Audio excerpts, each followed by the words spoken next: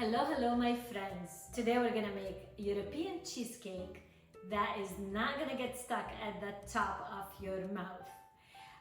For the base is very simple.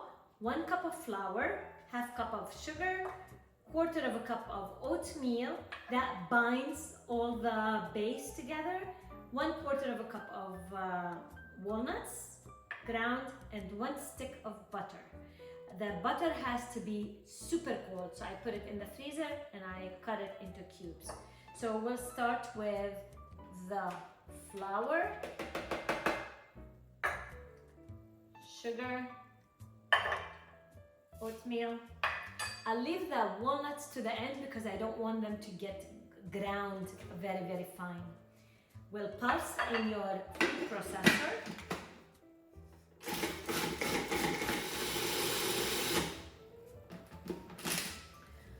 Until you get a sandy texture.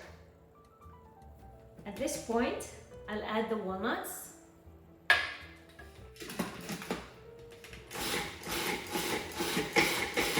Just like that. Now this, we will pour into a 10-inch pan that I lined with parchment paper at the bottom. And this type of pan, it opens for easy release.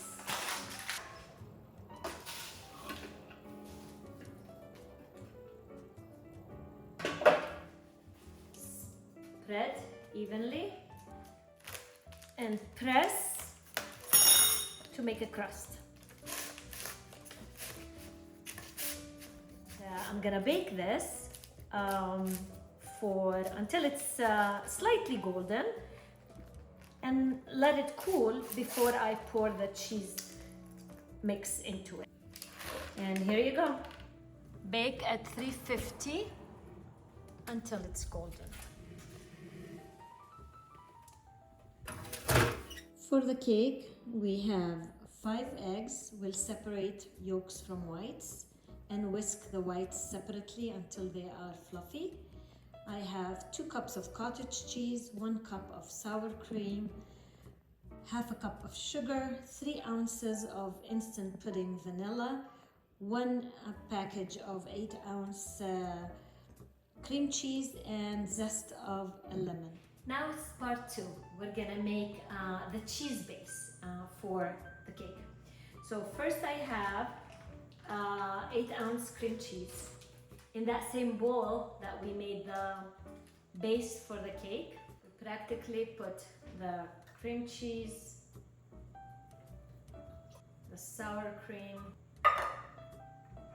the cottage,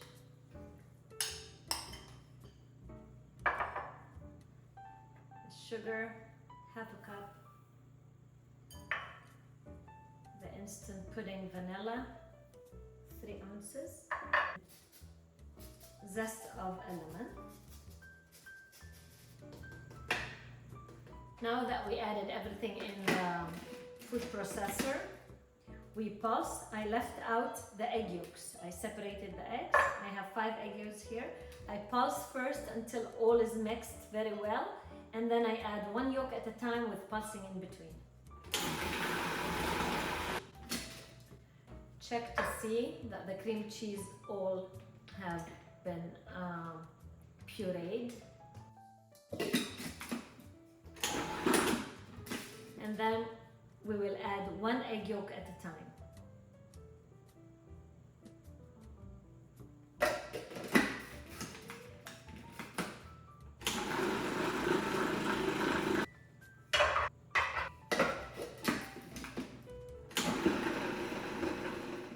This part is done. Now I'm gonna whisk the egg whites with another half cup of sugar. As soon as the eggs start to froth, we will start adding the sugar slowly.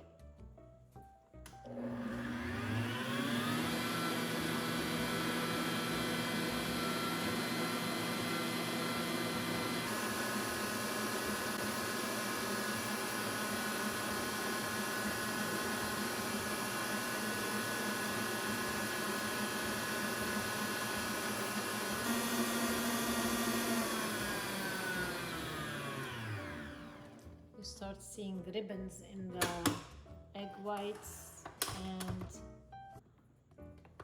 that's when you stop because you have achieved the froth that you need. Now that we have whisked the whites, added some vanilla, about teaspoon and a half.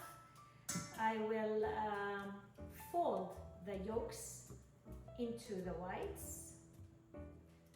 Start adding the first portion, just about a cup or so. Fold lightly until it's well mixed. Then add the rest. Make sure that your finger is holding the blade so it doesn't drop into your mix as well.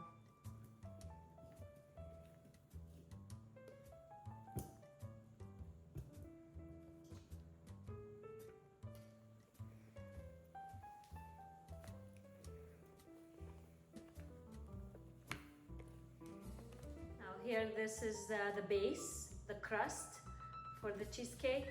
It's golden. It took about 20 minutes in my oven.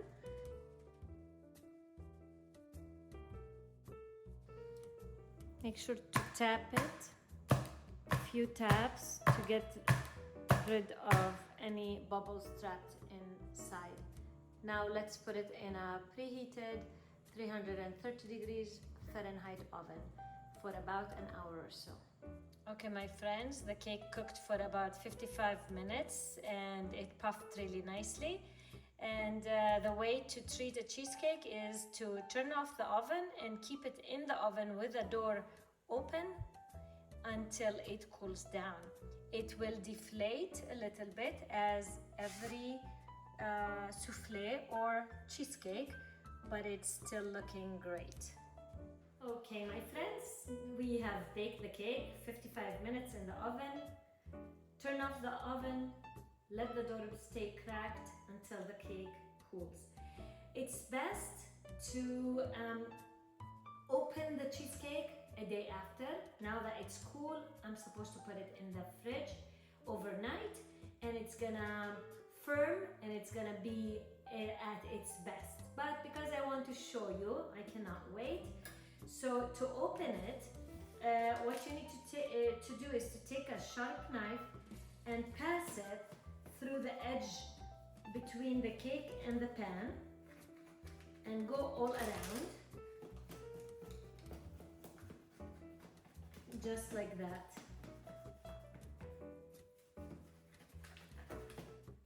Make sure you go twice, so just to confirm that nothing is stuck there. Now, release.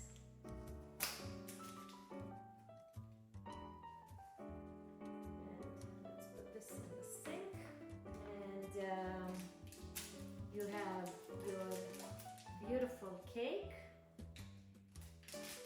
that only needs decoration according to your liking.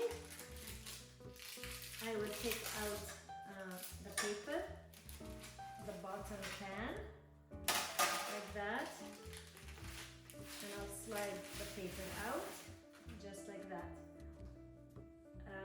Now you can decorate it the way you want. I have some cherries from my yard. I can put some cherries on top. I can also zest some lemon zest, since there's lemon inside and it goes really well. And at last, I can also dust a little bit of powdered sugar, just slightly. Here it is.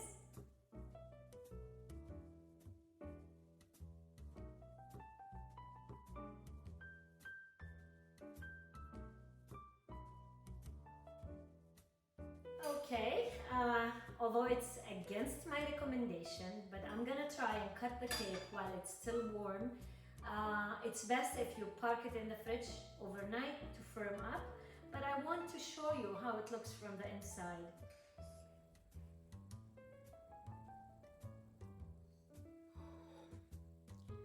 cake is creamy, light,